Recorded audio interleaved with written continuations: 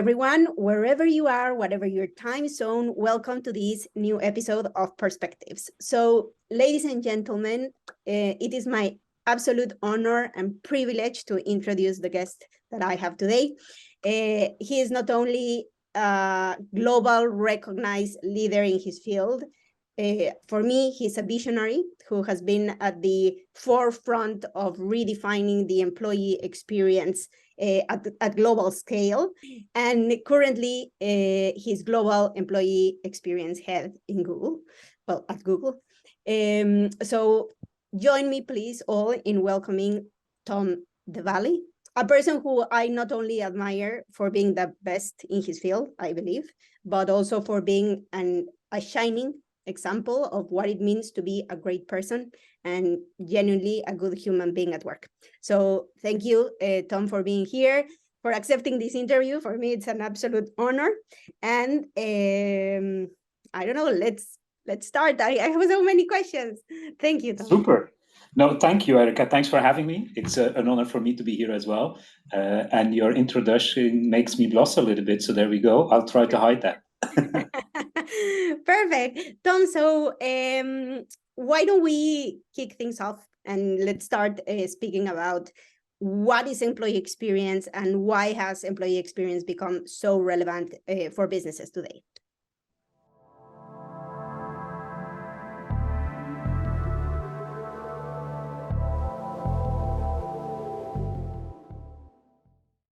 Super. Well, I think if you would ask the question, what is customer experience? Probably not many people would have a difficulty to understand what customer experience is all about, because that's something that we see, that's something what we feel, and that's something which we experience ourselves every day, being a customer. And employee experience is actually not different. It's the same thing, but the employee is the customer, and it's really around how do employees experience the company where they work, the place where they work, and anything that they would need to be the best possible employee that they can be. And that's what employee experience is about.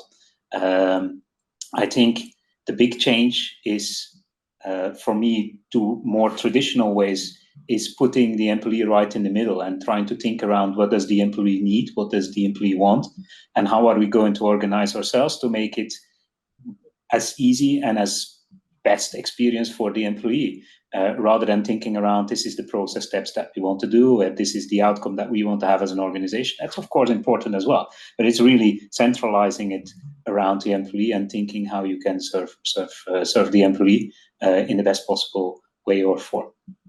Tom, this that you're mentioning is super interesting, making this comparison between the customer experience and the employee experience, because, well, I work with many companies on helping them or supporting them in their agile or digital transformations, and in every CEO agenda, is customer centricity. How can we build customer centricity? And customer has become everything. And what basically companies are doing is, with all the things that are happening where the customer has become so hyper empowered, hyper demanding, they are doing everything they can to change even organizational operating models, everything to satisfy what the consumer wants, when they want it, how they want it. But then when I come with this same narrative on the employee experience and I say, yes, you need to do all that, but how about plus the employee experience? Because at the end, what I believe is that companies should be thinking exactly the same. How can I do anything that I can do to make the people become the best version of themselves and give people what they want, when they want it, how they want it? But when we do that, they say, giving the employee everything that they want, when they want it. It's not the same, I don't know, compromise or awareness, no? What do you think about this?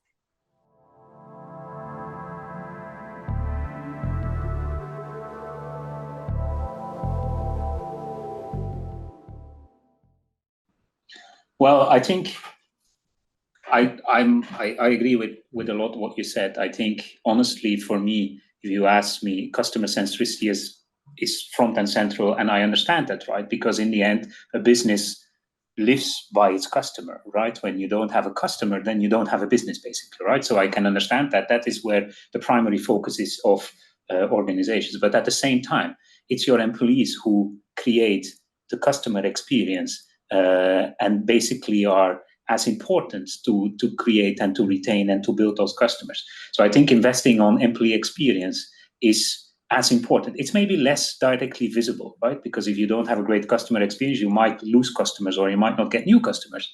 And with employees, maybe the impact is not so visible and direct, but I think in a long-term perspective, I think it is as important, and we should think about it, like you said, exactly in the same way.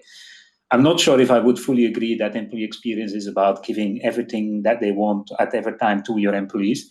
There's nothing wrong with having a view of as a company around what you want to do and what you want to provide and making a number of choices. But sticking by those choices and making sure that you can do that in a fast and an easy way to all of the employees wherever they are. And you do that in an equitable way as well, that you do that the same way for everybody, whatever their background is, or wherever they are sitting, whether they are a remote worker, whether they are a worker in the office, making sure that everybody experiences those things in the same way. I think that's the challenge in employee. And doing that at a scale.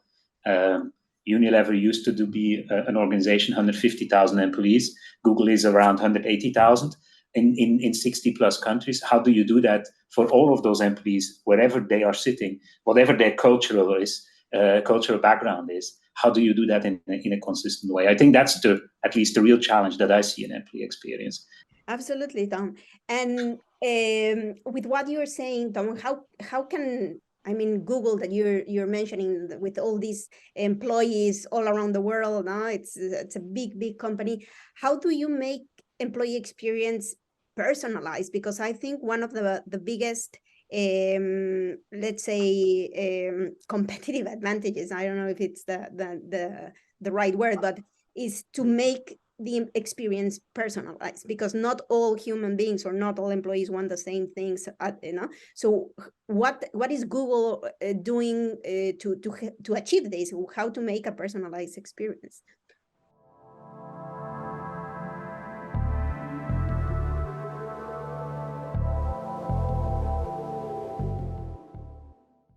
It's a very good question, and I'm going to go back a little bit back in time when I started in the field of employee experience, although at that moment nobody was speaking about employee experience yet, but that's probably like 7 or 8 years ago. I remember at Unilever, we were running a business of HR services, which was mainly outsourced. And I remember starting to look at what was all happening, and I started to talk to partners who were doing outsourced services or incumbent other partners, started to talk to many specialists in the fields around how do we provide services to people. And the interesting one was that everybody spoke around efficiencies and SLAs and all that kind of stuff. There was not a single person that talked around the employee and how they basically experience it. And that was kind of a moment for me saying, we're missing something here, right? So, and that was probably a bit of my start on the journey of employees. But let me go back to the question that you asked. I've been working in HR for around 20 years, and I've done various HR roles, and I've done HR roles in relatively small entities, right? When you're HR leader for a factory or something, you get a very personalized experience. Why? There's only a few people in the factory, you know everybody, you greet them in the morning, you see them, it's very personal, right? Or you start to come to much bigger organizations, and for one or another reason, you lose that personal touch because you get into ticket systems and people basically get the thing of, I'm a number in the row and we'll see what is going to happen. And I think my challenge from the start has been, how can you make personal high-touch experiences at scale, 100,000 employees, 150,000, 180,000? And I think the way to do that is with the combination between technology and at the same time technology, data, but also human capacity. And the way that we try to do it at Google is, our motto that we're driving is, we're trying to make every day simple so we can make the special days really special. What we're trying to do is very much focus a lot on technology to do the everyday, making it smooth, making it fast, making it digitally accessible, but then also making every step personalized. So we're gathering a lot, we're working a lot with data of our employees. We can talk a little bit more around trust and privacy that comes with that, but we're using data for employees to make every step of that process very personalized. when you get help, it starts with knowing you as a person, where you are sitting, what's your background, what are the questions that you asked before. You don't have to explain when we know a lot about you already. We even have a number of proactive steps where we're coming in because we know, based on your case history, that a number of things happen, so we want to be proactively there. Or we know that when somebody returns from maternity leave, there are a number of things that typically people need, and we'll be there and we'll start to offer that. So it becomes very personalized. And that means as well that the human capacity that you have, rather than doing a lot of the work, administration work and work in systems, those people can focus on the moments that really make the biggest difference, which is deep human conversations around, let's say, career conversations about how you want to reorient your career, or around a family tragedy that happened where we need to step in and help. That's not the kind of thing where you want to have a digital experience. That's where you want to be there as a human. I think a lot of the time, there was not an opportunity to be there as a human because the humans were busy doing all the work from an administrative point of view, which technology can do. And I think that's the way that we're trying to approach it. We're very much leaning as much as we can on technology and data to make the everyday simple, but personalized and human. And then we focus our human capacity very much on the moments that we believe make the biggest impact, and where we want to be. Definitely. It's super interesting what you're saying, Tom. As you were speaking, I was imagining all this complexity that is behind building the employee experience, but because it's easy to say, no, but I was just thinking on, for example, the technological infrastructure that you need to gather all these data points that at the end you need to process, analyze, just the challenge of gathering everything together in one source of data. It's what I've seen in organizations, not with employee experience, but for customer insights and data. It's a super challenge, no? So what you were saying is, first of all, no, one of the biggest principles is more digital, no? To build the employee experience more digital. And I think that there is, wow, so much to do. And companies, the reality is that they are very, very back, no, or delayed on their digital transformations. And on the other hand, you said more human, no? And I think that that's also super interesting and something that I would like to highlight, because normally, no, CEOs, no, generally think that the answer to everything is digital, no?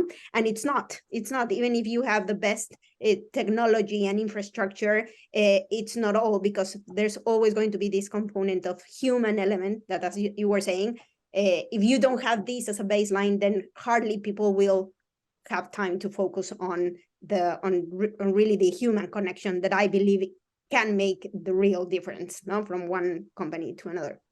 So you spoke of digital, you spoke of more human. What else? What would be, if there is another principle, or what do you believe that it's like a core element or ingredient on building a great employee experience?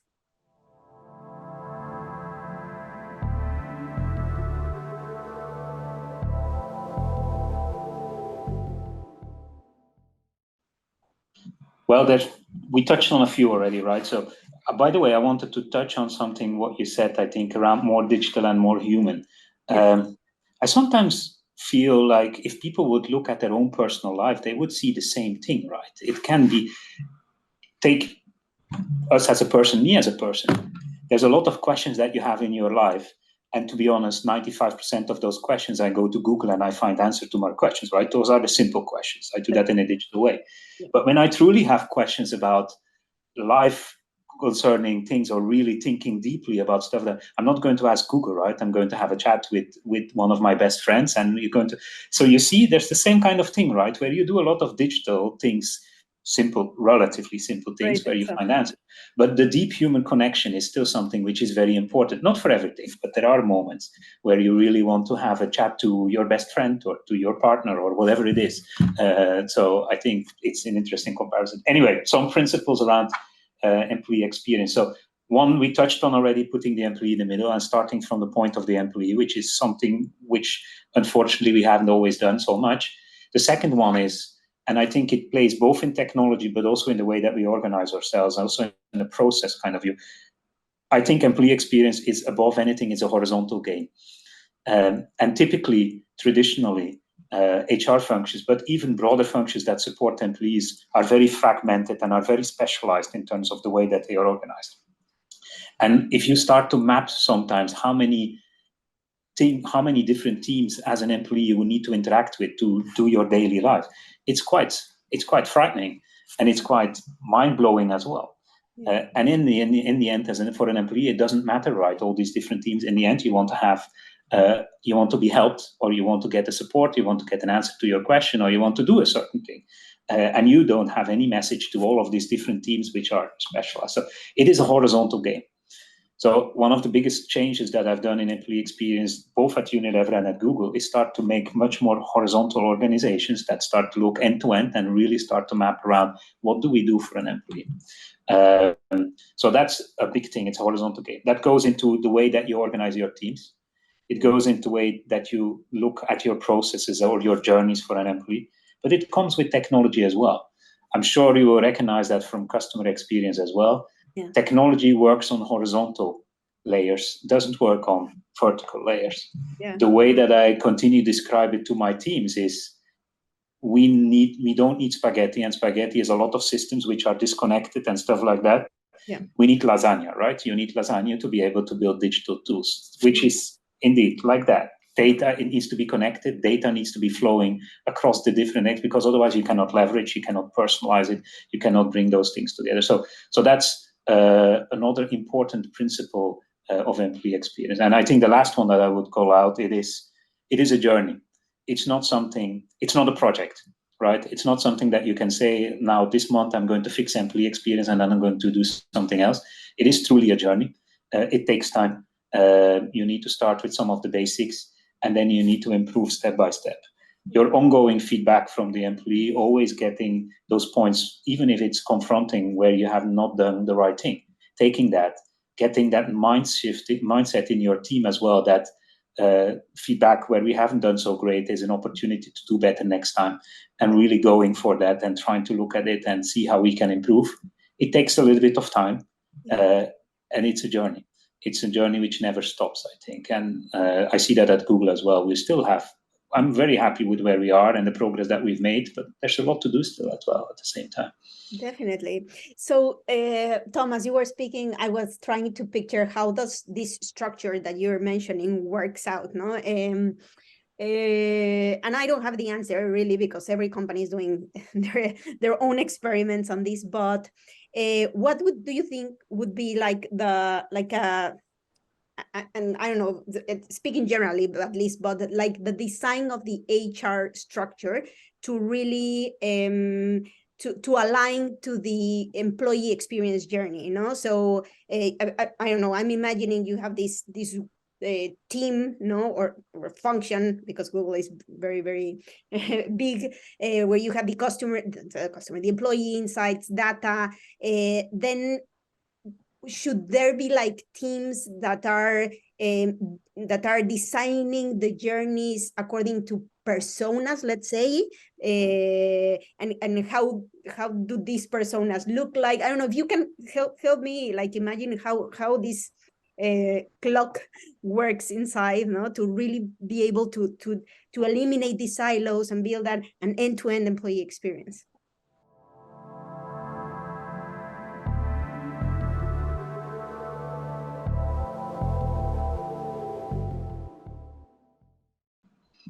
Yeah, let me try to give a bit of a view on that. So first of all, if I look at the way that we're organized in HR in Google, you have your strategic business partner or business partnering organization, which is a separate part. And then most of the other teams actually sit under the flag of employee experience, which is the team that I'm leading. So it's very much a horizontal game, which brings a lot of teams together, and everybody that touches the employee is really gathering together around one vision. What are some of the big teams that you have there? You have a number of operational teams which are helping to deliver, but one of the important teams is what you called out two there, right? So there's a team which we call people experience excellence, which is all around people who own the processes, who own the end-to-end journeys, who own the end-to-end journeys and the end-to-end processes. Those are the ones who are designing, okay, when we onboard an employee, how are we going to do that? What are the different steps that we're going to take? Where do we use technology? Where are some of those human moments when are the moments that we're going to measure feedback from our employees, that kind of stuff. So that's what they do, and they do that end to end from a horizontal point of view. We also define very well around what are the data that we need in every step of the journey. Okay, what's the data that we're gathering? What's the data that we use? So that's very much mapped into that journey as well. We have a different organization which is called analytics organization, which is exactly using those data to create either insights that is going to help us to learn more around our customer. But there's also insights towards leaders of the organization, which is going to then learn them more around where we are as an organization, some of the decisions that we need to make, right?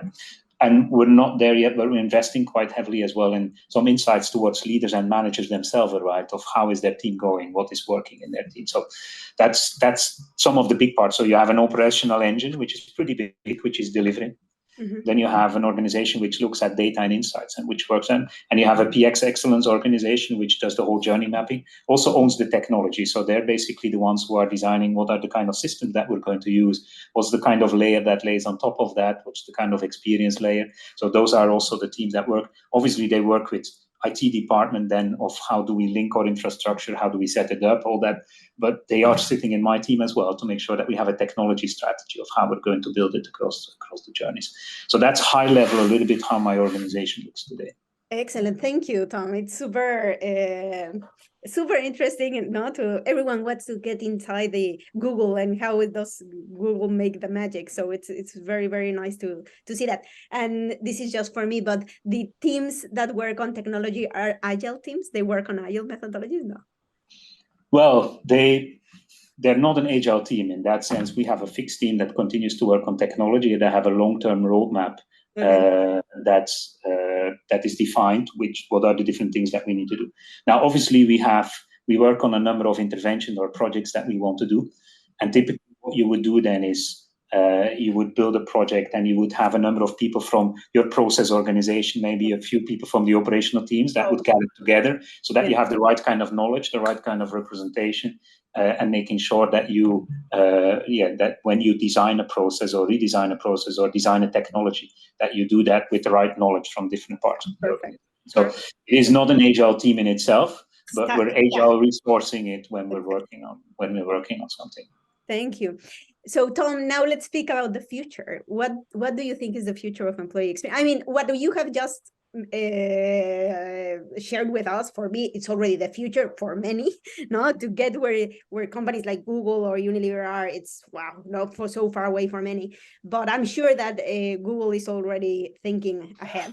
So what is the future of employee experience? I love to think always about the future. It's my passion. So enlighten me, inspire me with what's coming.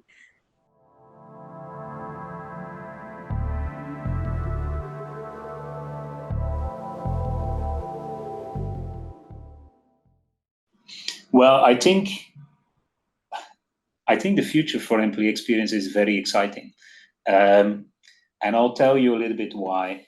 And one of the reasons why I'm enjoying, to be honest, every day that I work at Google is we've obviously seen a lot of the developments in terms of artificial intelligence and especially generative artificial intelligence. And I'm very lucky and happy that Google as a company is leading edge in that area and really developing a lot of those technologies. But I think the opportunity that it provides to drive employee experience and that kind of high human touch employee experience is quite inspiring, I think. Because if you look at it, we talked a lot around digital interactions with employees. And I think so far with where the technology was, a lot of the digital interactions were still not as human interactions typically would be, right? You would have things which are, you need to create a ticket and we'll answer your ticket, which is probably, well, we all recognize. I've worked for 7-8 years and in this space and 20 years in HR. I still haven't found any individual that wants to be a ticket. So it's not the most human way of doing things, but to be honest, it's still something which even in customer organization happens a lot, right? Because from a scale perspective, it's still one of the ways one of the solutions that comes forward. a lot of organizations in Unilever, including as well, when I was there, also in Google, started to work much more with chatbots and agent interactions and stuff like that, which was great because it gives a little bit more of a human touch. You're not kind of a ticket, but it was still limited in capability. Why? Because a lot of the limitations was around how do you understand what the person is actually meaning in natural kind of language, right? Yeah. We call that intent understanding, right? So it's interesting. You might say, I want to book holidays for people through a system. You would be surprised how many different ways there are to say that you want to book a holiday, right? So there's all in natural language, all kind, not even thinking about only English, then there's all the different languages around the world, which all would like me to. That's the big step change with generative AI, is that now you can have a digital human-like interaction with a very good understanding of what are you actually meaning in natural language. So the way that you would speak to the person next to you, you can now speak to a digital assistant. Exactly. And that digital assistant, although the technology doesn't really actually understand what you are saying, you get the perception in the feedback that you're getting that it feels like a human conversation. Exactly. And that's a massive step change in the way that we can do employee experience. That means that you have the opportunity to start to have digital interactions which feel like you would be talking to the person next to you, or you would be talking to a colleague. And so that cats are always very kind. Sure, I will help you. No worries. But I think it's going to be a massive. Well, we see it already in the society, right? Of how much discussions it creates. Because there's a very good site on that, and I'm excited. But we should probably talk a little bit more as well about the risk that it creates and some of the worries that is around that technology. But I think that technology applied is going to be a massive opportunity to create that digital kind of human-like experience. That's one thing. I think the other thing is there is an enormous productivity opportunity through Gen AI and AI as well, technology. Some of the latest technologies which are coming out there from Google, but also from other companies like Microsoft, gives an enormous productivity boost, where basically you have a long text, and where the technology in 2 seconds gives you a summary of the text and gives you a suggestion of a paragraph that you could use as a summary, where conversations in different languages are automatically translated in other languages on the spot through a digital interface, where you can create images, where you can create videos just on the spot. So imagine the productivity opportunity that you have there. Let's take a very simple example of performance conversations which you have, or end-of-year conversations which you have. I think everybody who has been a manager of a significant team knows that it's a lot of work, right? You need to go through the conversations, you need to summarize that, you need to imagine that you have the conversation and the technology gives you a draft summary of that already. You can edit it, you can make it, and you post it in. How much of a productivity improvement could that be? How much time we can give back to individuals, to leaders, but also to employee experience professionals, which they can focus on things which add more value rather than having to type things out. So I think I'm super excited with the opportunities that Gen AI creates, both from that human conversational technology, but also about the productivity opportunity, which all will be unlock more capacity to be even more human. And that's what excites me. Now, it comes with risks, and it comes with worries, and it comes with challenges. So that will be something that we have to be very careful about. But I'm definitely excited and positive around the opportunities. Yeah, I'm the same as you, Tom. I don't know. I'm positive about the future. I think it's not common to see people that are positive about the future, but I still believe that well, our humanity is going to wait more, no? But also I love the combination of technology and human, no? And in fact, the name of Human, my consulting firm, is tries a little bit to describe this, because when I first I was looking for a name, I said it's human. At the end, everything's human. But then I said, you know what? No, because human and there's always human and something else. Human and other human. Human and technology. Human and God, if you believe. Human and something else, no? So that's why I put it human, no, with a D at the end. So, Tom, it's it's an absolute pleasure to have this interview with you. I share this passion, no, on what the future can bring, and hopefully we have more leaders like you in these top positions that are creating so amazing things, but leaders that are not only are visionaries and have this knowledge and expertise, but also that are people that have the human side so strong. And at least I feel in peace that if people like you are in those positions, then the future is going to be better. So thank you very much, Tom, for this interview, and I hope that this is just the first of many others. No, thank you. It was an absolute pleasure to share a few ideas and to hear how much we're aligned in many of the thinking. So thanks so much, Erika. It was my pleasure. No, thanks to you, Tom.